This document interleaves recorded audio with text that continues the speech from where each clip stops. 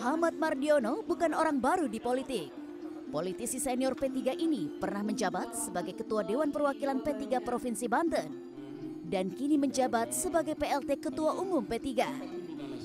Selain politisi, Mardiono juga dikenal sebagai pengusaha. Pria kelahiran Yogyakarta 11 Juli 1957 juga sempat menjadi anggota Dewan Pertimbangan Presiden pada Desember 2019. Dan kini dipercaya Presiden Joko Widodo sebagai utusan khusus Presiden yang fokus pada pengentasan kemiskinan dan ketahanan pangan. Lalu bagaimanakah Mardiono yang lahir dari keluarga yang sederhana mampu bermanuver menjadi pengusaha hingga politisi?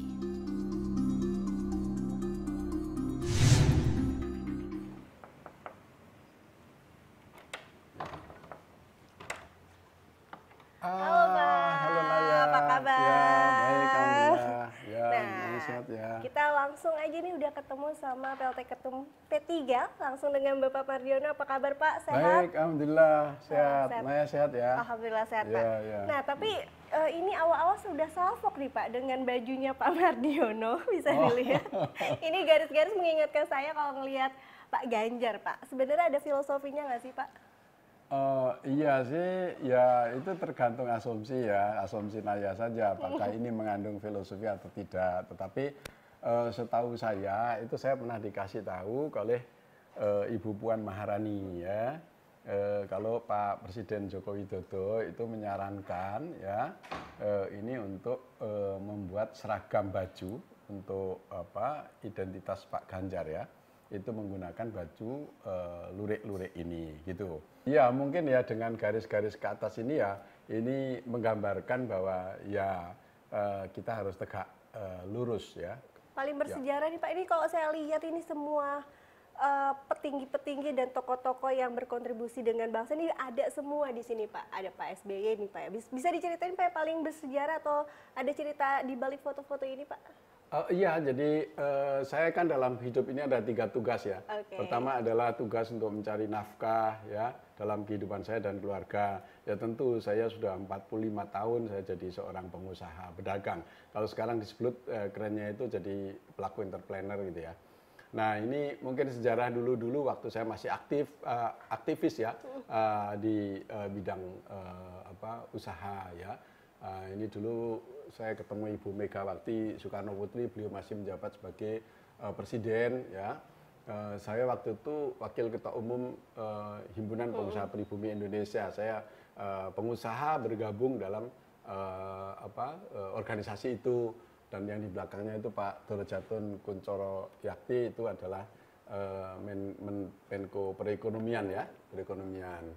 Nah ini Pak Hamzah Has. Ini dulu wakil presiden, karena saya juga dulu sudah P3 ya. Jadi kalau berjumpa dengan Pak Hamzah Has ya sudah biasa gitu kan. Tetapi dalam konteks kebiasaan itu saya kan dulu di partai ini adalah dari pinggiran ya. Saya dari tingkat cabang. Okay. Gitu. Ya dulu masih takut-takut untuk ketemu dengan Pak Hamzah Has karena Pak Hamzah sudah ketua umum. Nah ini dulu saya di Mekah sedang menunaikan ibadah umroh, kemudian kalau yang di atas itu waktu saya dilantik menjadi anggota Dewan Pertimbangan Presiden di awal Pak Presiden Joko Widodo. Oke Pak, ini juga ada saya lihat salah satu calon presiden juga nih yang udah ya. Foto dekat Bapak. Nih Pak. Pak Prabowo ya. Oh iya ini foto Pak Prabowo, beliau masih jadi Danjen Kopassus. Ya, ini di awal jadi Danjen Kopassus, kemudian ini ada Mbak Titik ya, Mbak Titik Soeharto. Ya. Kali ini Pak, pas lagi udah. Ini dulu saya waktu itu jadi ketua wilayah DPW P3 Provinsi Banten. Ya, waktu mau pemilu. Ya. Itu banyak ya Pak filosofi dan juga sejarah ceritanya.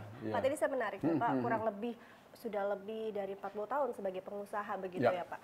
Seringkali kadang banyak paradigma masyarakat politik itu ada yang disalahgunakan untuk mencari nafkah, akhirnya berpeluang untuk korupsi. Nah, bagaimana seorang Pak Mardiono melihat seorang politik ini, apakah memang sudah harus selesai dulu dengan urusan dapurnya atau keluarganya sendiri seperti apa Pak? Nah, saya memaknai bahwa yang pertama memang saya punya tugas utama dalam mencari nafkah. dari ya 45 tahun yang lalu ya saya menjadi pedagang, menjadi pengusaha, kalau sekarang disebut sebagai ya entrepreneur. Tetapi sebelum itu juga saya juga pernah waktu dari kecil saya sudah sering membantu ibu saya ya untuk berdagang gitu. Jadi karena saya dilahirkan dari seorang ya anak keluarga pedagang kecil ya, bantuin ibu saya untuk memasukkan gula dari 20 kilo ke setengah kilogram, bungkus pakai plastik untuk diecer, minyak juga sama, dimasukin diikat pakai karet itu. Saya kecil dulu bantuin ibu saya itu. Tetangga-tetangga bikin snack dititipkan ke warung ibu, ya juga saya yang menulis ini punya ibu siapa, besok pagi dia besok sore ngambil uangnya kalau sudah laku dijual sama ibu gitu. Nah kemudian saya ya melakoni dalam dunia usaha itu sudah 45 tahun, tetapi sebelumnya tentu itu sudah ada proses. Jadi kalau tadi Naya menyanakan tentang politik, ya tentu itu beda ya. Kalau saya bilang tugas utama saya adalah sebagai pengusaha itu mencari nafkah untuk kehidupan saya dan keluarga saya. Dan yang kedua saya punya tugas negara yang saat ini saya diberi amanah oleh Bapak Presiden Joko Widodo menjadi utusan khusus Presiden bidang kerjasama pengentasan kemiskinan dan ketahanan pangan setelah saya dulu tidak menjabat lagi sebagai anggota One Team Press ya. Nah, ini adalah pengabdian. Karena apa? Karena tidaklah mungkin saya harus mencari nafkah di situ ya. Pak, tadi saya menarik melihat perjalanan Bapak dari kecil hingga saat ini, peran Ibu juga cukup penting dalam hidup seorang Pak Mardiono. Apakah restu ataupun Ibu sendiri ini menjadi salah satu seseorang yang sangat penting untuk bisa mengambil keputusan Pak Mardiono ini, baik dalam politik ataupun dalam kehidupan? Kalau di dalam politik, apakah juga cukup ada kontribusi Ibu untuk bisa memberikan pertimbangan penting bagi Bapak untuk memutuskan oke atau tidak? Ibu adalah ciptaan Allah yang paling mulia di hati saya menurut prinsip kehidupan saya. Dan saya dulu kalau setiap mau menjalankan langkah-langkah strategi dalam hidup saya selalu minta doa restu Ibu. Menarik Pak, ini pengen tahu hobi dari seorang Pak Mardiono apa? Ini sebenarnya udah ada cluenya nih ya Pak, ada motor, ada ini. Ini kapan nih Pak? Zaman-zaman Vespa ini? Iya, sebenarnya kalau hobi utamanya saya dulu kecil itu saya berkuda. Jadi saya pernah menjadi joki cilik. Ya, joki cilik itu di Yogyakarta. Jadi saya dulu kalau pacuan kuda itu ada di Bantul. Ya, kemudian juga ikut di pacuan kuda di Maron Purworejo. Itu yang di skala nasional, ya. Itu saya waktu itu masih menjadi joki cilik dan saya pernah jadi juara pertama. Hobi di dalam ya saksi sejarah, ya saksi sejarah dalam perjalanan hidup saya. Oke, penasaran? Kita langsung lihat ya Pak ya? Boleh, Oke, boleh Naya. Terima kasih ya, terima kasih. Let's go.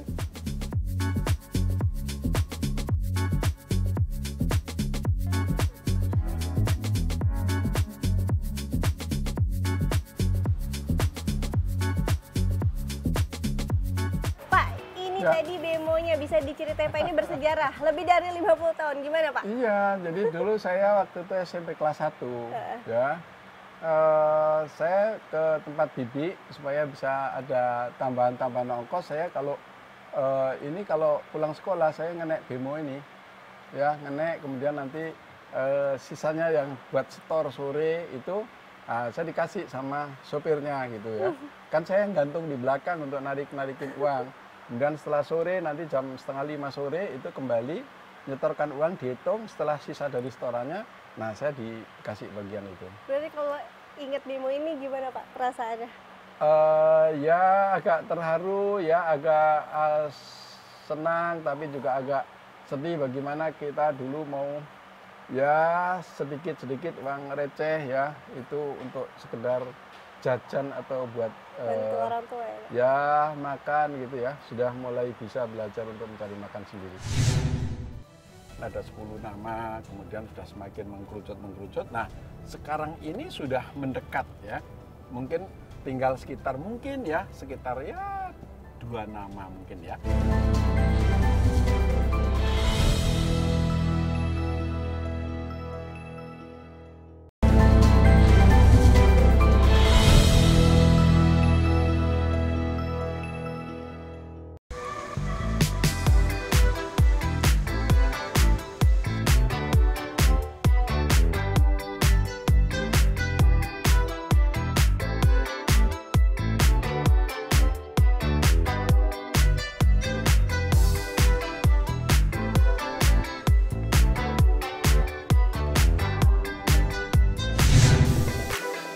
Mardiono ini mendekati detik-detik pendaftaran kan juga sebentar lagi ya Pak ya. Periode juga cukup singkat. Seperti apa sejauh ini progres dari koalisi Ganjar ini untuk menentukan cawapresnya Pak? Ya, jadi selama Partai Persatuan Bangunan bergabung dengan PDI menjadi sebuah proses kerjasama politik, ya, ini terus secara intens kita membahas tentang kerjasama politik dan kemudian bagaimana kerja-kerja politik yang selama ini kita terus kerjakan. Nah, yang selalu kita bahas di dalam adalah bagaimana untuk bangsa dan negara ini ke depan. Itu yang paling utama. Kemudian bagaimana kita bisa bergabung dalam kerjasama politik ini, tetapi juga bisa memenangkan pemilu. Di mana tujuan untuk bergabung ini adalah untuk memenangkan pemilu. Ya. Nah, alhamdulillah P3 bisa bergabung dengan PDIP karena yang pasti ya bisa untuk sampai ke pelaminan, ya itu kan hanya PDIP saja, artinya pasti bisa mendaftarkan ke KPU. Oh Pak, apakah sudah ada nama atau calon terkuat nih Pak dari beberapa bursa yang bermunculan? Tentang cawapres ya, jadi cawapres ini yang menjadi bahasan utama ya bersama dengan Ibu Megawati Soekarno Putri. Itu yang pertama adalah yang kita bahas itu adalah kriteria. Kriteria yang kita butuhkan yang pertama adalah bagaimana yang bisa menyumbangkan elektoral sehingga bisa pasangan ini menang. Itu yang paling utama. Nah, dari kriteria-kriteria itu baru kita terapkan pada nama-nama yang selama ini memiliki latar belakang yang kita butuhkan dalam kriteria-kriteria itu. Nah, dulu sering disampaikan oleh Ibu Puan Maharani Soekarno Putri sebagai Ketua Bapilu, ya, itu juga sebagai Wakil Ketua Umum PDIP itu disampaikan ada 10 nama, kemudian sudah semakin mengkerucut. Nah, sekarang ini sudah mendekat ya, mungkin tinggal sekitar 2 nama mungkin ya, yang mendekati kepada kriteria itu, kriteria yang menjadi kebutuhan. Jadi Naya, kebutuhan yang paling utama itu bukan hanya kemenangan, tetapi bagaimana setelah menang itu kemudian ini pasangan presiden dan wakil presiden ini setelah diberi amanah oleh rakyat, ini dia mampu ya bekerja untuk menjawab tantangan bangsa Indonesia ke depan. Pak, menarik. Ini berarti kan bukan hanya dari sisi elektoral aja Pak ya yang harus dipunyai kriteria cawapres ini pemimpin. Artinya kapabilitas untuk menyelesaikan tantangan-tantangan ke depannya ini juga penting begitu ya Pak. Artinya kan tadi ada 2, udah mengkerucut ya Pak. Ya. Dengar-dengar nih ada nama Pak Mahfud, terus Bu Hovifah kan juga dengar kata diperebutkan koalisi 1 dan 2 nih Pak. Seperti apa nih Pak menanggapi ada Pak Mahfud cukup kuat saat ini beredar di koalisi Ganjar digadang-gadang? Ya, dalam dinamika tertentu ya, tentu ini kan pembahasan soal capres-cawapres ini yang dibahas oleh tim pemenangan. Ini kan kriteria-kriteria itu. Betul. Tetapi kemudian pembahasan dalam khusus para ketua umum atau khususnya Ibu Megawati Soekarno Putri dengan ketua umum yang lainnya termasuk saya, yaitu ya tentara secara khusus. Tapi Naya begini ya, jadi kami menjalin kerjasama politik ini tidak pragmatis. Ya, Ibu Megawati Soekarno Putri sudah sering menyampaikan, saya tidak mau pragmatisme ya di dalam membangun kerjasama politik ini. Nah, karena itu kita tidak saling ngotot, ya harus dari P3, harus dari PDI atau harus dari ini, itu tidak. Karena berangkat dari awal yang kita butuhkan adalah kriteria, setelah itu baru orangnya, kemudian asal muasal orang itu, gitu kan? Nah, boleh jadi, tetapi asal muasal orang itu, apakah itu dari PDI, dari P3, ya, atau mungkin dari yang lain, itu menjadi bahasan terakhir. Artinya Pak, ini kan kalau dari P3 sendiri kan mengusung Pak Sandiaga Uno untuk bisa menjadi cawapres mendampingi Pak Ganjar begitu ya Pak. Ya. Ini melihat mungkin bisa dikatakan agak sedikit menurun nih Pak Sandiaga, mungkin dari survei segala macam, dengan tadi saya sudah sebutkan ada Pak Mahfud juga muncul di sekarang ini sudah muncul namanya untuk mendampingi Pak Cawapres. Bagaimana dari P3 sikapnya Pak jika misalnya Pak Sandiaga mungkin diputuskan tidak jadi cawapres, Pak?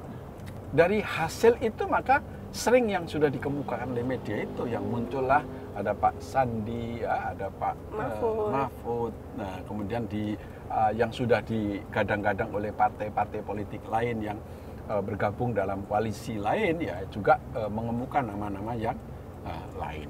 Nah, inilah proses itu. Tetapi sekali lagi ya bergabungnya PDI Perjuangan, P3 dengan PDI Perjuangan, dengan Hanura, kemudian Perindo, itu tidaklah bergabung dalam rangka untuk pragmatis. Itu tidak. Nah, kemudian P3 berkewajiban untuk memperjuangkan Pak Sandi karena ini adalah amanah dari Rapimnas, ya ini terus kita sampaikan, kita perjuangkan terus. Di mana perjuangannya? Ya di meja perundingan.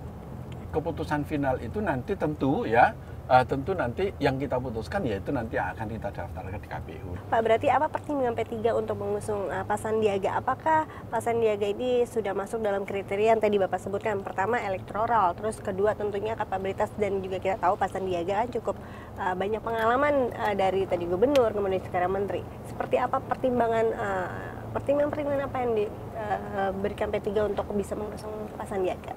Ya, P3 meyakini bahwa kriteria Pak Sandi berdasarkan latar belakang track record kehidupannya ya, itu masuk ya dalam kriteria yang dibutuhkan itu. Karena pertama ya, Pak Sandi adalah orang yang lahir dari keluarga pendidik. Ya tentu seseorang yang mendapatkan suatu dedikasi dalam suatu keluarga pendidik itu ya tentu ya akan memiliki kepribadian sebagai seorang yang memiliki latar belakang pendidikan. Nah, itu sudah pasti ya. Nah, kemudian selanjutnya karir Pak Sandi di bidang organisasi. Pak Sandi ini kan termasuk yang berhasil, di mana seseorang yang organisatoris ya, organisasi itu dia berhasil manakala karirnya itu naik. Kan Pak Sandi itu dulu jadi ketua HIPMI DKI dan kemudian menjadi ketua HIPMI di tingkat nasional. Ini artinya dia berhasil memimpin organisasi itu. Itu dalam sebuah organisasi. Karena kepemimpinan dalam organisasi tergantung pada orang itu mampu mengorkestrasi dalam kepemimpinannya itu. Itu baru dia akan berhasil kalau dia mampu untuk mengorkestrasi dalam kepemimpinan itu. Dan tokoh-tokoh yang selama ini mengemuka di publik, saya mengenali semuanya dengan baik. Apakah Pak Sandi itu saya kenal sudah mungkin sekitar 15 tahun yang lalu lebih ya, sesama pelaku entrepreneur gitu ya. Hanya kalau Pak Sandi sering disebut konglomerat, kalau saya tidak gitu ya. Kalau saya kan pengusaha-pengusaha kecil aja gitu. Kemudian kalau Pak Mahfud ya, sahabatan sama saya lama juga. Saya kenal dengan beliau baik gitu ya. Artinya ini menunjukkan bahwa P3 tidak akan bermanuver ke koalisi lain begitu ya Pak, tetap setia di koalisi Ganjar walaupun nanti Sandiaga misalnya tidak dipilih untuk menjadi cawapres begitu. Lah, ini saya belum lama ini juga menggelar rapat-rapat majelis ya, rapat majelis syariah, kemudian rapat gabungan antara majelis pertimbangan kehormatan dan majelis pakar ya kita. Sampai saat ini sih belum ada lah ya tanda-tanda untuk misalnya kalau misalnya harus, karena sekali lagi kita tidak pragmatis ya, tetapi kemudian kita diberi tugas untuk berjuang, kami akan terus berjuang untuk yang terbaik.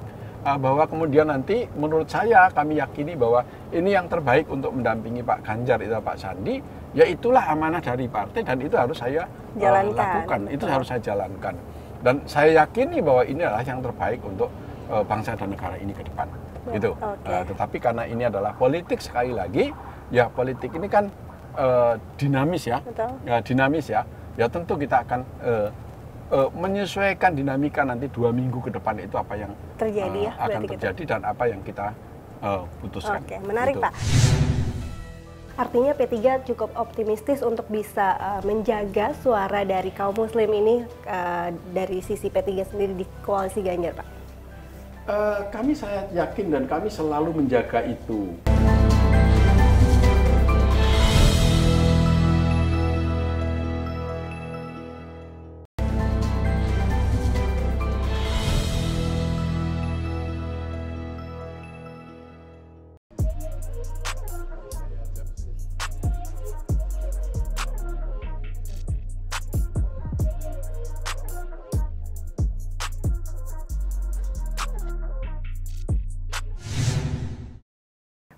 Artinya Pak, ini jika ada partai lain ingin masuk ke koalisi Ganjar begitu, apa pertimbangan-pertimbangan dari semua ketum-ketum di koalisi ini Pak?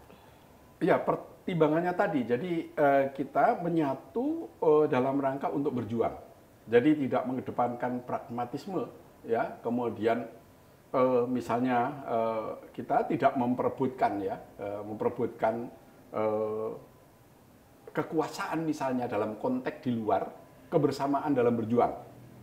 Jadi tadi persyaratan yang di mana partai politik yang akan bergabung itu disampaikan oleh Ibu Mega waktu itu, kita sepakat ya kalau ada partai politik yang bergabung, tetapi tidak kemudian bertujuan untuk pragmatis.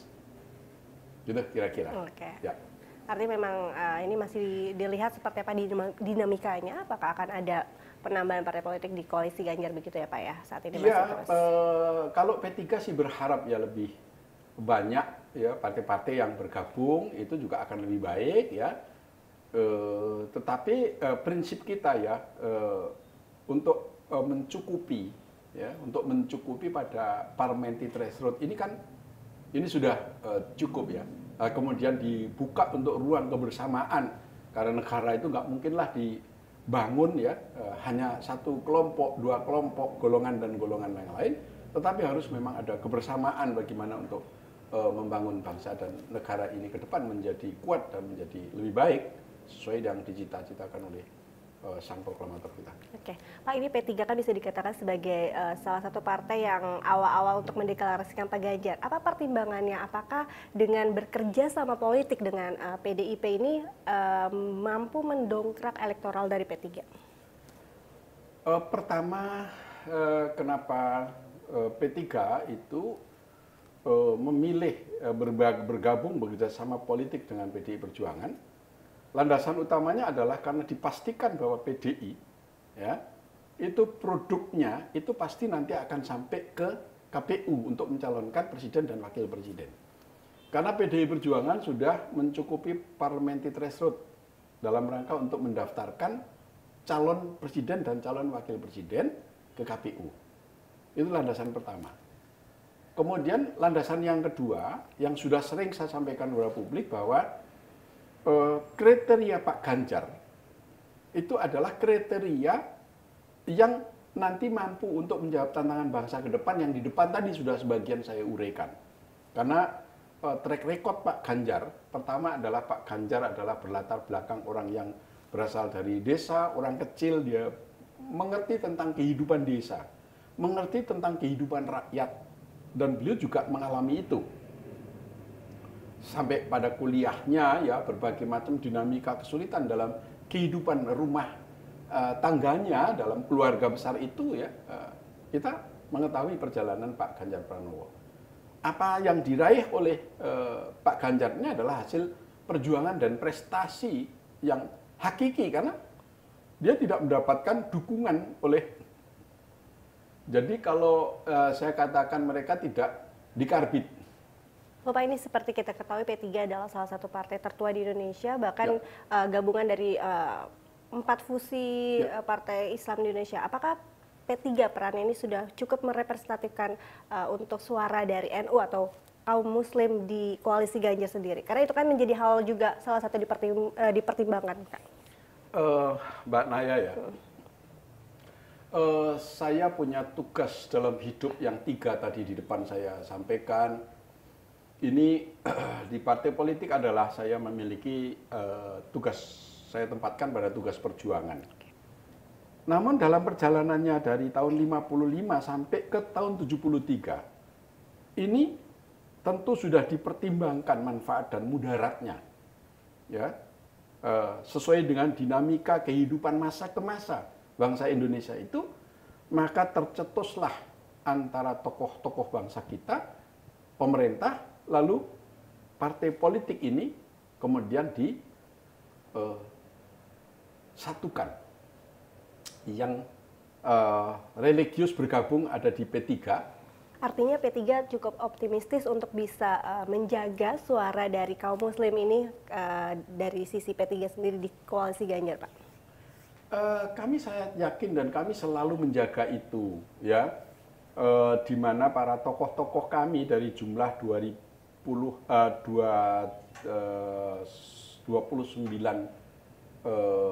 jumlah calon itu ada seluruh Indonesia baik kabupaten kota itu seluruhnya itu para tokoh-tokoh masyarakat kita yang kita calonkan itu ya merupakan bagian dari representatif ya bagian dari generasi ke generasi para tokoh-tokoh itu semuanya. Karena partai P3 ini adalah partai grassroots ya. Lalu Pak, targetnya P3 di pemilu 2024 seperti apa? Ya, target kami itu kita mentargetkan untuk 50 kursi.